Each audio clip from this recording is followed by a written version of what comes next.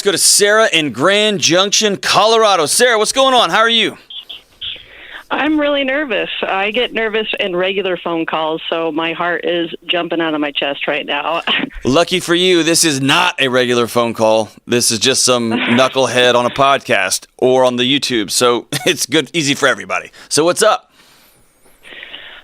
So the gist of my question is I wanted to get some objective advice, whether it's time to just move on or if I write that letter and reach out to my family again. Okay. Walk me through it.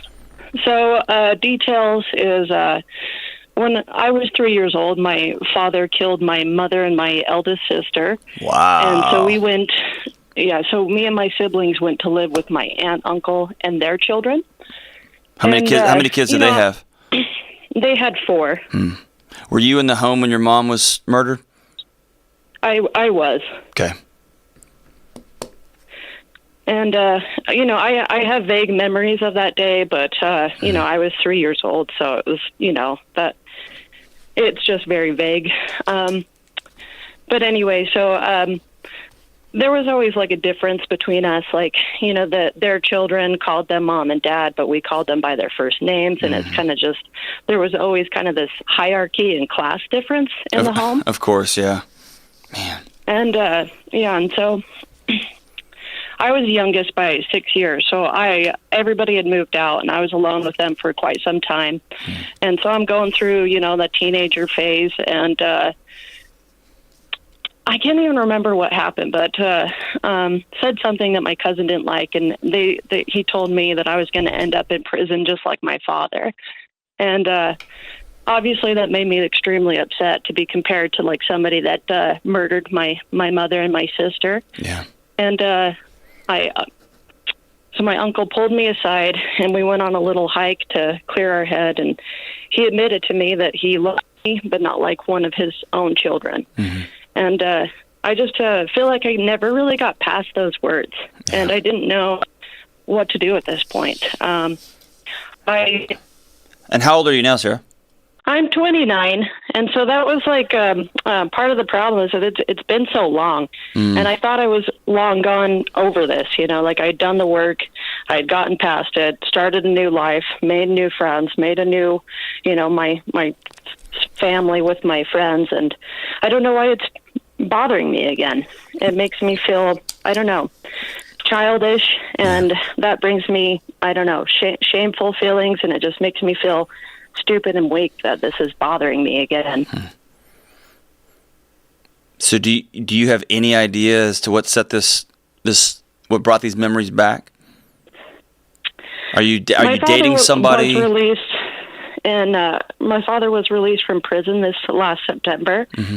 And I think that did, I don't know, kind of bother me, but I am getting married next month. Okay. And it's just like, he's got all his side of the family, and I got, my siblings are going to be there. But, my brother's going to have to walk me down the aisle. There's just, there's differences. Yeah. So you may have, quote unquote, gotten over this. Your body has not. Your body's been carrying this for a long time, and it's all stuff that 3-year-olds should never, ever see. And it experienced things that 3 and 4 and 5 and 6 and 18-year-olds should never, ever experience. No child ever should be told by a family member, I like you, but I don't love you as much as them. Mm-hmm. You should have never heard those words, and I'm sorry that somebody said that to you. Yeah, I think it's made me feel like this feeling of like an unwanted puppy is just like kind of like been in the back of my mind all my life. That's exactly right. How have you, over the last 20 years, how have you filled that hole?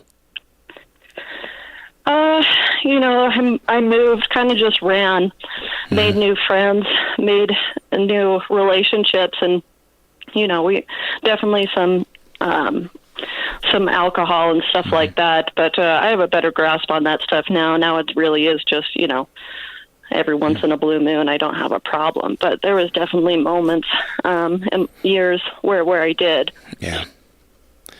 So here's the hard truth, and then I'll give you some light at the end of the tunnel, okay? Mm-hmm. Your dad murdering your mom will never make sense. There will never be a moment when you go, okay.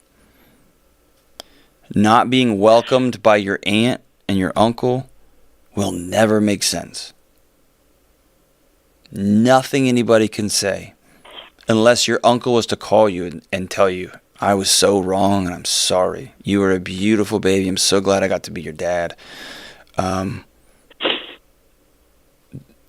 Like, that will never make sense. You'll never go, okay. You can wrap your head around it, that your uncle was ashamed and heartbroken and went from his own 4 kids or 3 kids to suddenly has 7 kids. It doesn't matter. You were 6, right?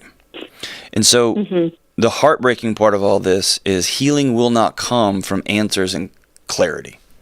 You have that. You have all the answers. Your dad did an unspeakable evil act. Your uncle committed an unspeakable evil act. Right?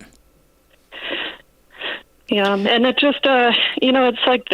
Hold on. Present. Hold on. Oh, sorry. You are so good at... Man, you are good at... Whoa, here it comes. And you can take a hard right turn and get out of a painful situation quick, right? Yeah. Yeah. You got to just sit in this for a second. Healing won't come from answers and clarity. It will only come from moving forward. Mm-hmm. And so if you think of your life as a story, you've got some ugly, hard sentences in your story. Dad killed mom, period. Uncle told me I was less than, period. Cousins made fun of me, period. I let some guy try to fill a gap. I let alcohol fill a gap. I made bad decisions, whatever, period. And what we all want to do, and you've got trauma I can never imagine, that 99.9% of the listeners of this could never wrap their head around. But what we all do with trauma is we have that pen in our hand, and what we want to do is go back and try to edit those sentences over and over and over, and you can't.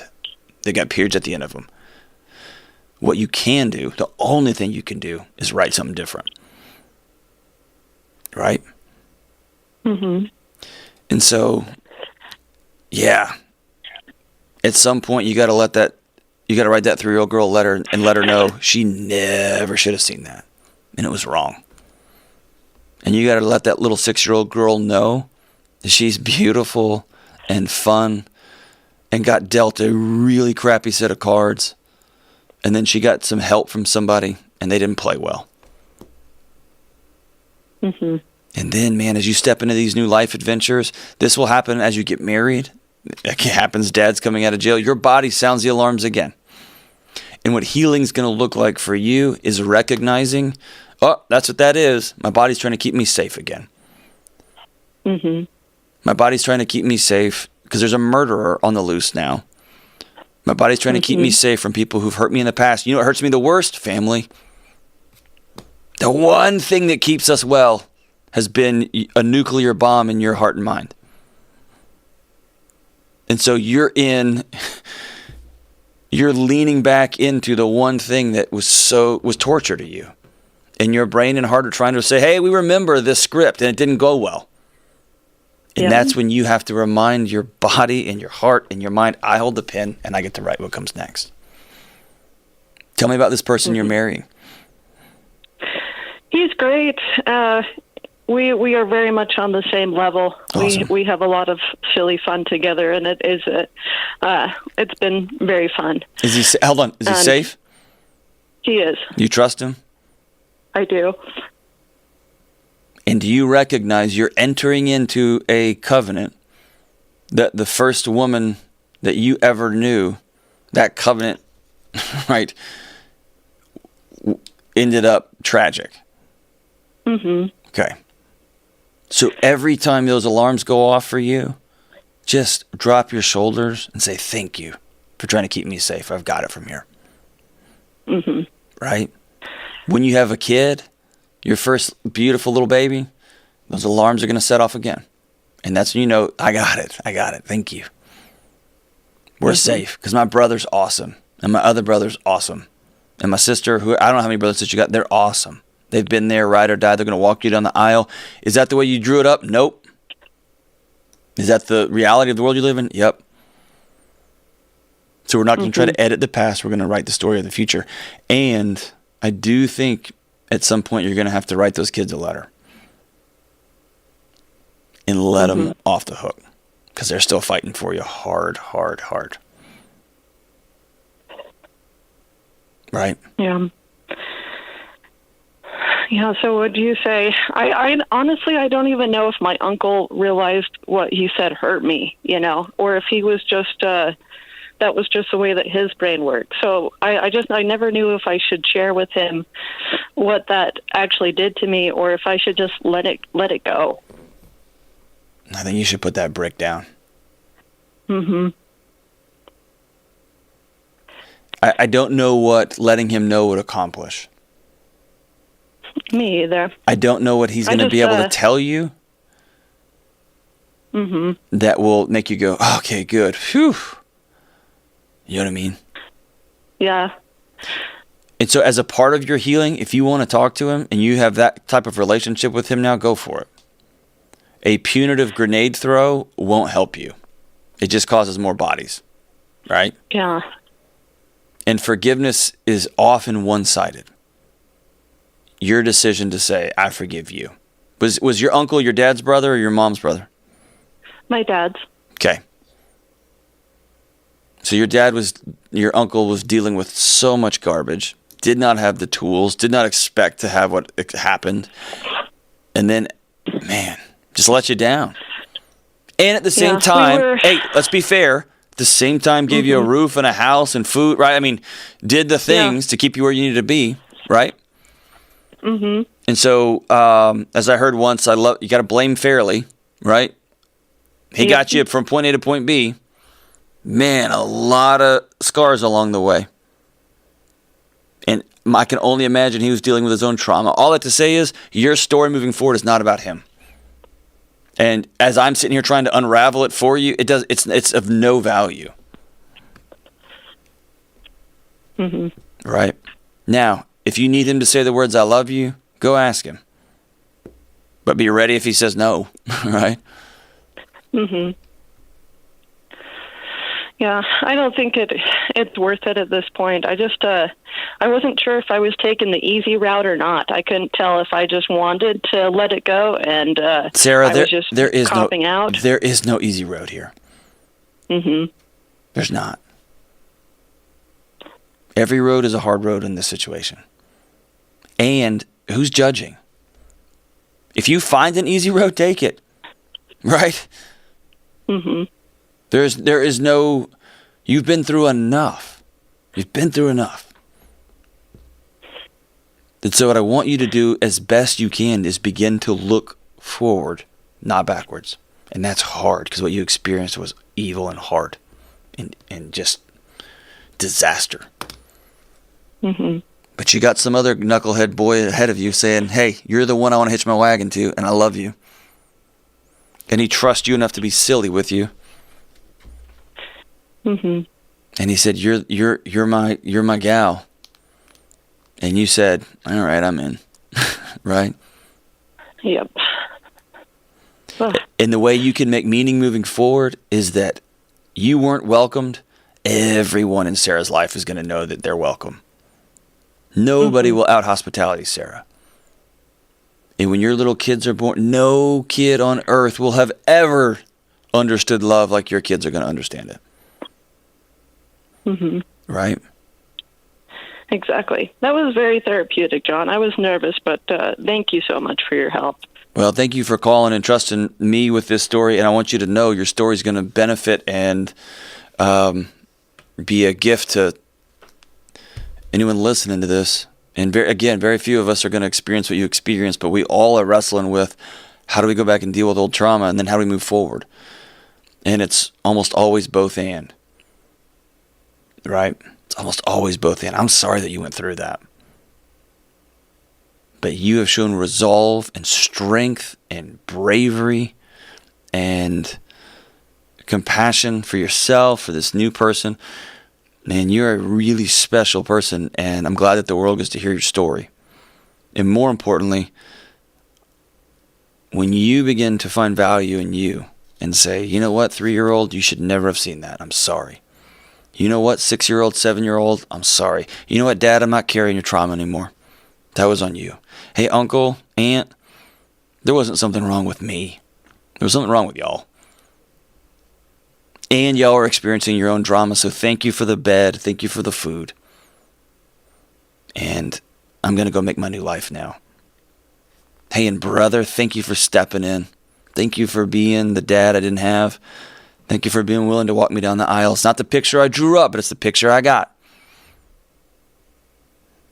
And now I'm going to go make meaning of this. And you're playing a long, long game, Sarah. A lot of us who experience trauma as kids are playing long games.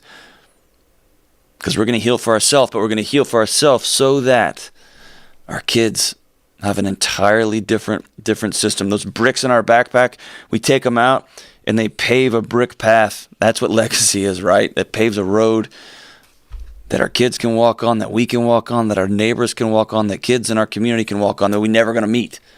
Because we did the hard work of getting those bricks out of our backpack and saying, I'm not carrying that crap anymore. You're brave and you're awesome, Sarah. Thank you so much for the call. So as we head into 2021, today's day one.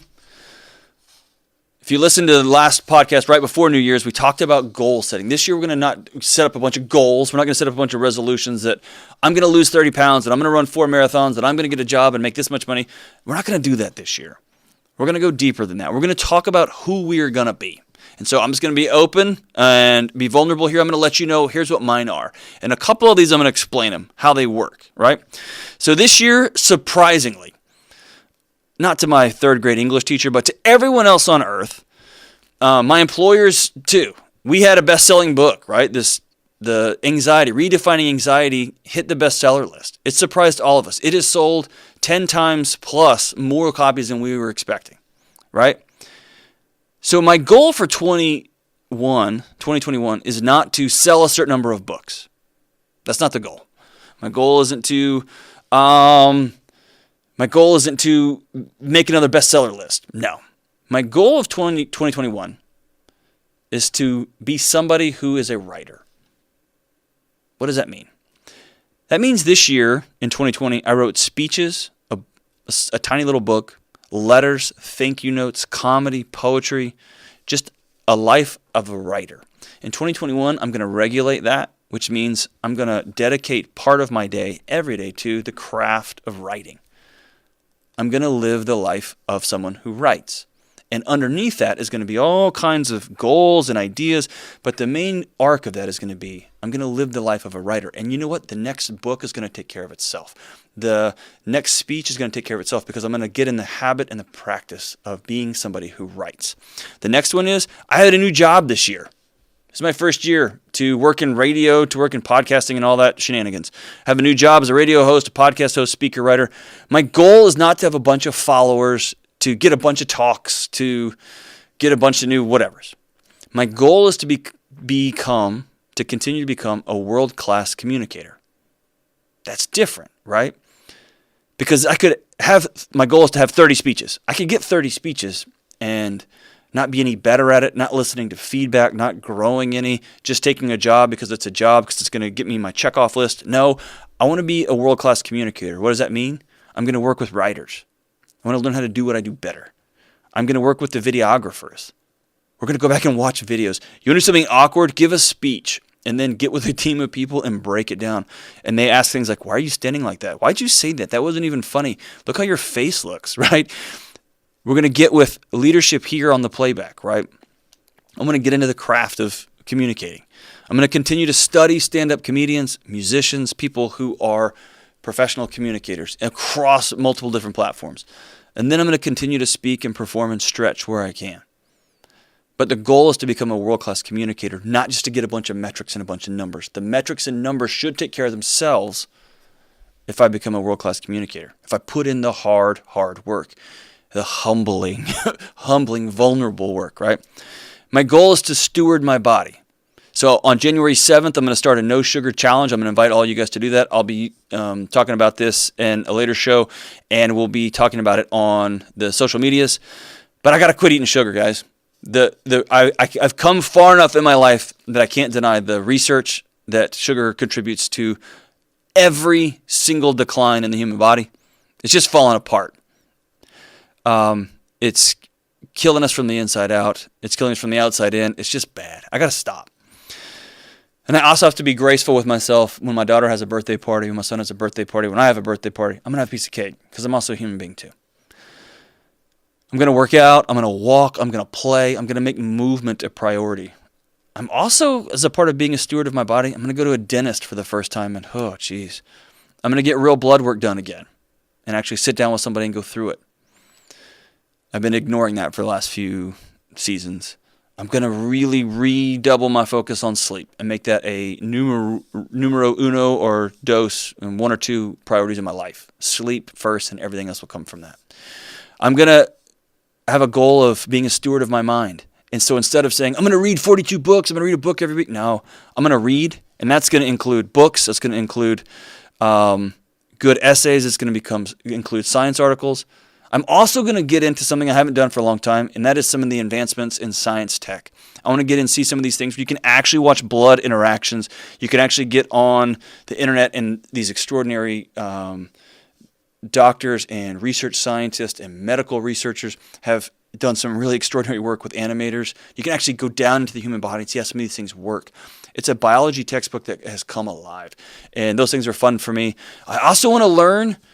I got chickens and sheep, and I want to get some bees, right? I want to learn how to do some things outside that I've been talking about for years. I've got a massive garden that me and my wife and my kids are working on. I want to learn how to do some of the home repair things that I've had to pay out over the years. I'm going to actually learn how to do it. And then I'm going to pick up the guitar. I've been playing guitar for 30 years or so. I want to pick it back up and start practicing more regularly. But all that comes back to I want to be somebody who is a steward of their mind, who learns new things. I want to continue meeting and learning from mental health professionals, and I have some transitional theology questions that I've been rattling around for the last year or two that are powerful and really faith-shifting for me in a really extraordinary way.